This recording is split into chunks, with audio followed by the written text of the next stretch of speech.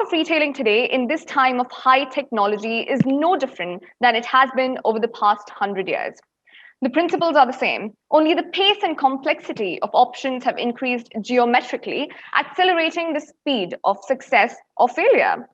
Perhaps the most significant of all recent developments in retail is the growth and progress of e-commerce. Welcome to Retail ME's virtual roundtable on retailing to e-tailing, and to shed more light on this, we have a very strong panel consisting of Divya Forster, who is the Chief Operating Officer of Dubai Commerce City, the first dedicated e-commerce free zone in Minasa. Khalid Soliman, who is currently leading Jashanmal Group as the group CEO towards developing and implementing robust strategies for the group's digital transformation. We also have Atul Bhatia, the Chief Financial Officer of Splash Landmark Group, who has vast experience in managing the P&L and of e-commerce and omnichannel growth of the business.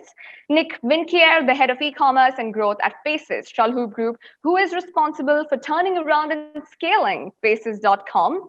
Kuruvilla Marcos, the Chief Operating Officer at the International Business Division of Titan Company Limited, which also has Tanishq under its portfolio that has recently opened its first international office here in Dubai, and Josefa Sailawala, Director of Sales of Zebra Technologies Europe Limited, who is here to moderate our session. Thank you once again to all of you who've joined us today, and special thanks goes out to Dubai Commerce City and Zebra Technologies, our sponsors of this webinar, without whom this session would not have been possible.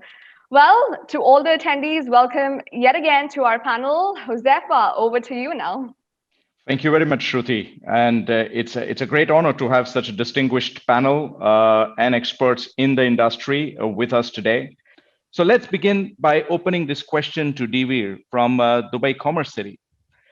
Divir, why was there a need to actually create a city for online shopping? I mean, if you can support this answer with some statistics on increased demand in e-commerce, that will be great. And additionally, I would like to ask you is, what are you doing and how are you helping retailers make this shift from retailing to e-tailing? Well, thank you very much. First of all, good afternoon, everyone. It gives me great pleasure to be part of this webinar and panel discussion today. I think I want to start back in 2015 when DAFSA was studying sectors for a new upcoming free zone. And e-commerce was one of those leading choices given to the then forecast for an online retail market growth in the region to reach $26 billion by 2022. It's then when we initiated the build of the city for online shopping in line with the overall Dubai's vision to become a hub for e-commerce. So from then to now, the numbers have actually changed dramatically. And I think it's all because of the pandemic.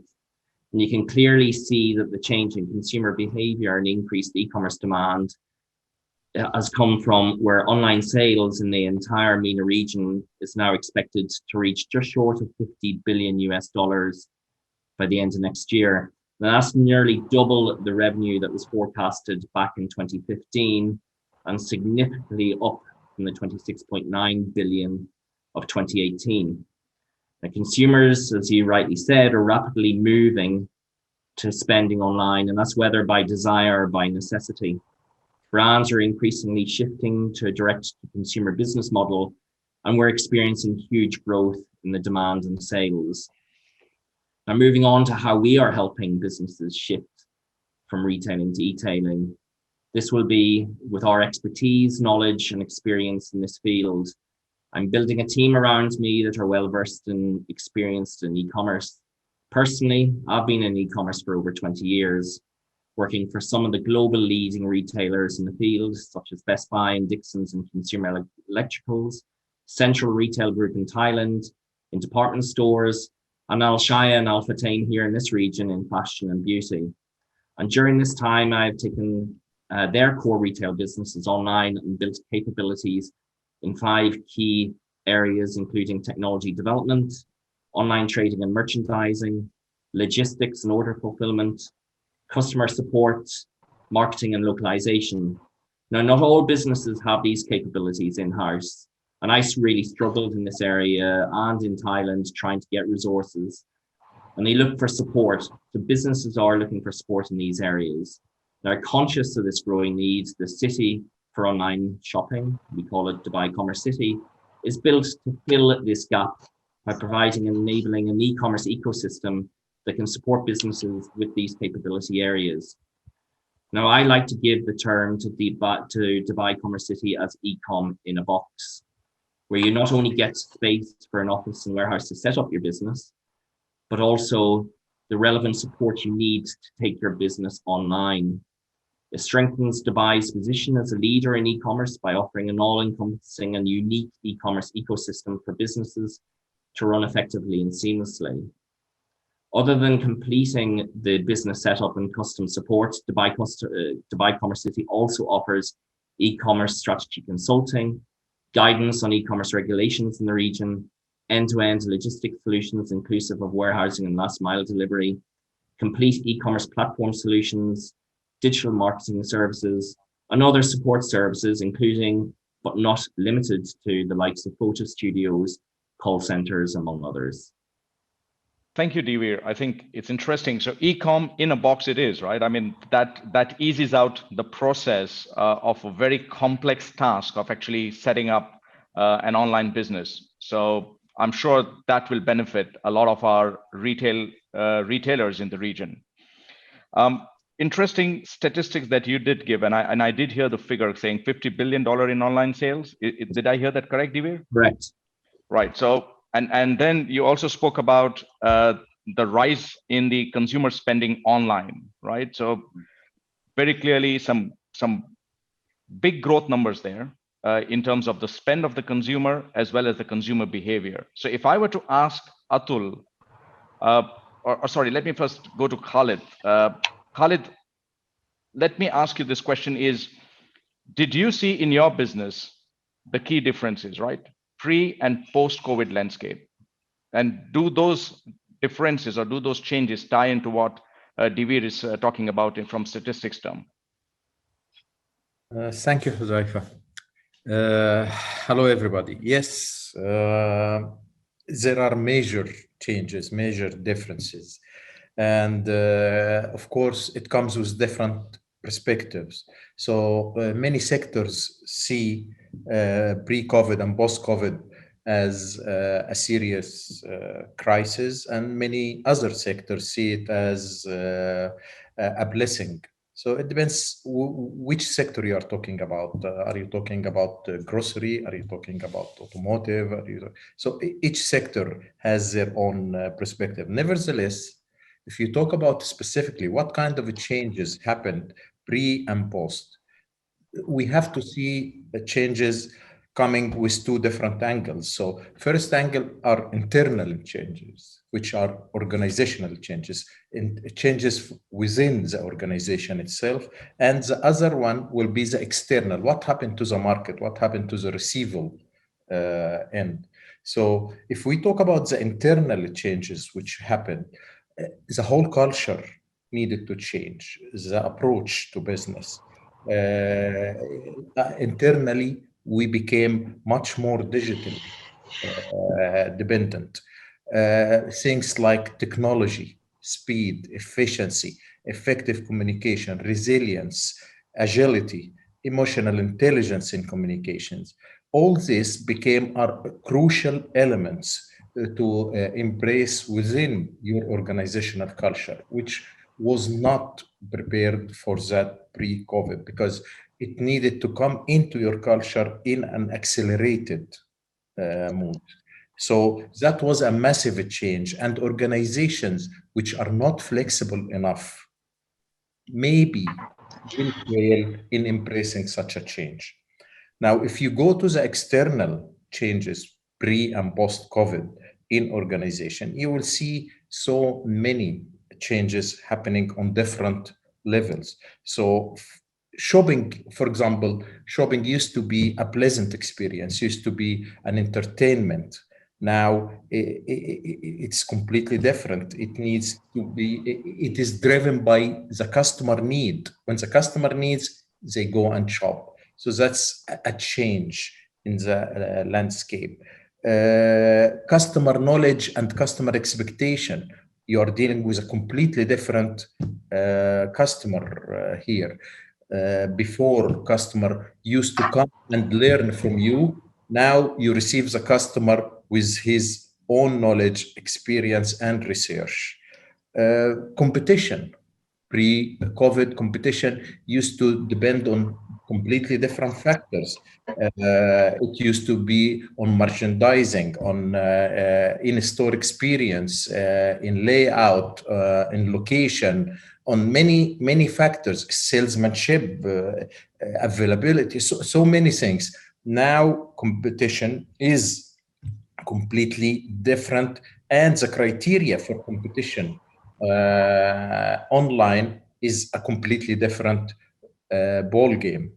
Pre-COVID and post-COVID, again, power struggle between landlords in malls and retailers.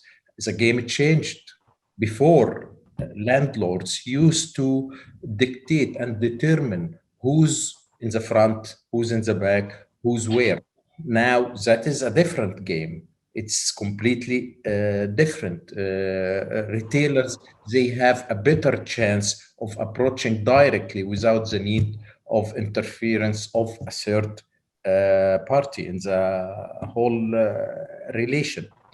Value chain was restructured due to the COVID. So now deliveries condition changed, last minute orders changed. So many areas in the value chain needed to be restructured or revisited. Any of these points, we can talk for much longer time about what happened to it and why it needed to change and where is it coming from and where is it going to.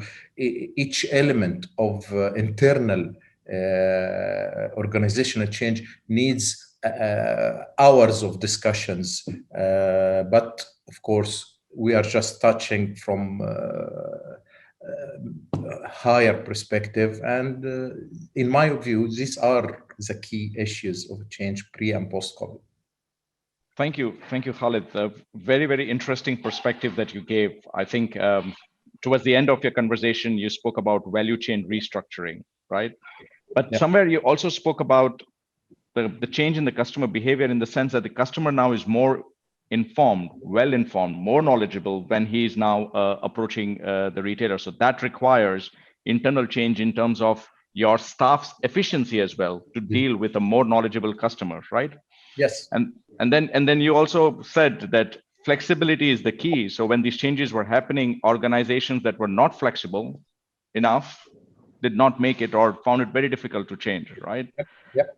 So if I were to direct that question now to Atul, Atul, from Landmark and Splash perspective, how did you respond to this drastically changing customer demands and behavior?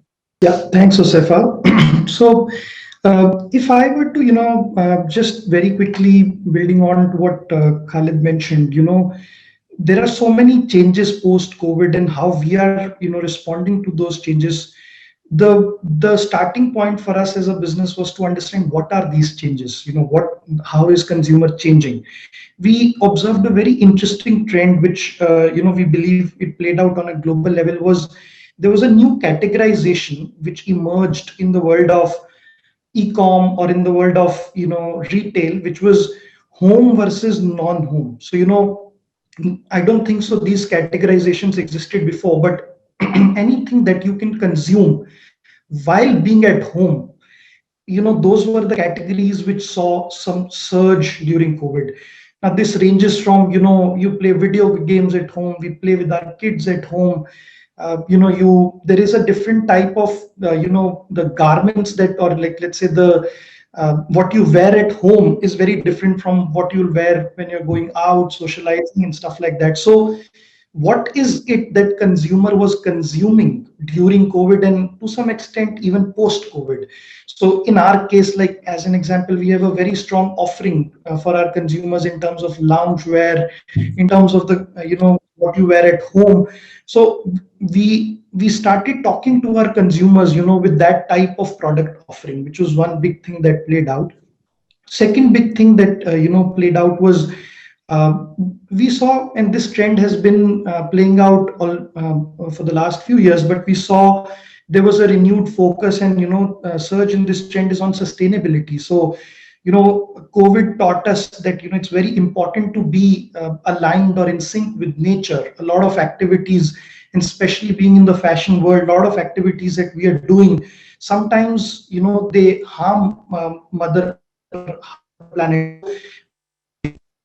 Journey in 70% plus of the garments that we produce are sustainably sourced with sustainable technologies, and we're trying to see how the whole value chain can be made sustainable.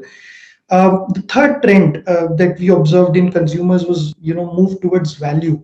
When we say value, we don't only measure it in terms of price. The price can be same, but what are you getting within that value? So we started using a lot of new technologies in our garments. Garments became a bit more biodegradable. The paper tags that we use on our garments, they were not harming the forest because paper is produced from the forest. So we saw a lot of these trends playing out, and some of these trends we were already working towards. And COVID, just made us realize that the renewed focus or the importance of some of these trends which was playing out. And as a business, I feel we've moved much faster on that. And one last thing, which is the obvious trend, is the customers' migration towards more digital, more omni-channel. A lot of people are talking about more e-com, but it's a merging of the two spaces, physical and digital. Today, when you see people shopping in the stores, in the physical retail, you will see a lot of people have apps in their hand, and they're comparing prices. They keep the apps open in front of them, and so it's in the retail world. There is physical, the digital is playing a lot of role in the digital world. Even retail is playing a lot of role, because we have click and collect. People are shopping online but collecting from the stores. So how as a business, how do we respond, or we be ready in our service offering to cater to these consumer demands? These are the 3-4 areas where we as business have played a part. Thank you, Atul, for that. Very, very encouraging to note about the sustainability initiative, right? I mean, in all the things that we do try to address, I think this is a global problem and a global phenomenon which everybody is trying to address. So it's very, very good to note the steps taken by your group around driving the sustainability initiative. So towards the end of your discussion, you did speak about customer migration to omni-channel, right? So it's just not about moving from brick and mortar to online. This is actually omni-channel, physical and digital coming together. And if I move the next question to Nick at Shalhoub, I think that's what Shalhoub has launched as an initiative, and Nick is driving that initiative. So Nick, if I were to ask you, how was your experience onboarding and building trust with the first-time online shoppers at Shalhoub? First and foremost, thank you so much for having me here. I'm very excited to be a part of this great panel. I think it's a great question, because the word trust is super important. If you look at online or offline, it's basically the same. A shopper is a shopper, and we want to add value to a person's life. And there's 3 important areas, which you already showed before. On the one hand, you have availability. You need to have the product. On the other hand, there's transparency or information that a consumer has. So you need to make sure that you offer that to the customer. And on the other hand, number 3, you see a need of convenience.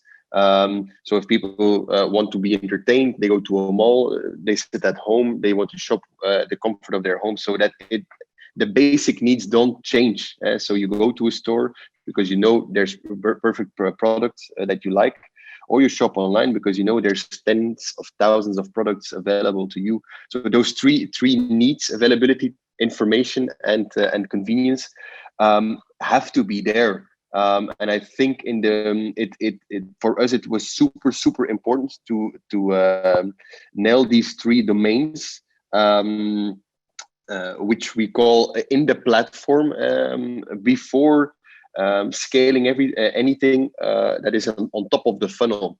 I've been a consultant before I joined Shadow Group for many years, and most of the companies fall into a trap of going super hard in marketing and performance marketing and advertising and bringing more traffic to the website and more word of mouth influencers and so on and so forth.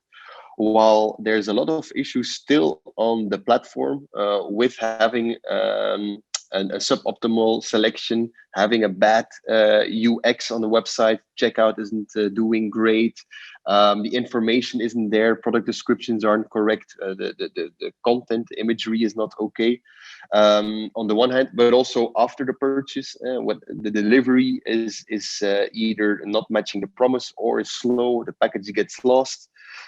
So those things are super important to nail. And I think that pre-COVID, maybe a lot of companies were still here in the region were still being too much focused on the marketing or the media parts. While now what we see after the lockdowns, let's say we're still in the COVID period, but after the lockdown has hit, we're focusing much more on what happens once a customer comes to our platform to make sure that we have a great end-to-end experience and a great promise that we can match. And that is the most important thing when it comes to onboarding new customers. It's making sure that they trust us, that we provide them with the best possible promise that we can deliver, and that we then at least match that. And if not, obviously try to raise it and over deliver on that promise. And it wasn't easy. We had to go super fast because the countries went into at an incredible rate. And we opened 3 new markets in 7 weeks. So we opened Kuwait, Qatar, Egypt in 7 weeks online. We launched our app last year. We migrated our websites to new technology to be able to cope with the higher demands and volumes. So yeah, we had to follow a faster speed. So I think the evolution of 6 years has been seen in 6 months, and now it's up to us to make sure that we constantly raise the experience that we can give to the customer.